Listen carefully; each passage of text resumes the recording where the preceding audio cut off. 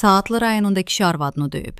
Oxazın məlumatına görə, rayon sakini 1996-cı il təvəllüdlü Təvəkkül Ağayev, ad və soyad şərtidir, 2023-cü ildə ailə həyatı qursa da, yoldaşı ilə birgə nikahdan övladları olmayıb və buna görə cütlük müalicə almağa başlayıb.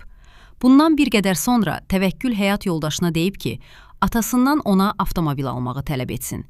Təvəkkül bir gün axşam işdən evə qayıdıb və arvadından soruşub ki, atası maşın alır ya yox. Həyat yoldaşı isə Təvəkkülə söyləyib ki, bu barədə atasına heç bir söz deməyib.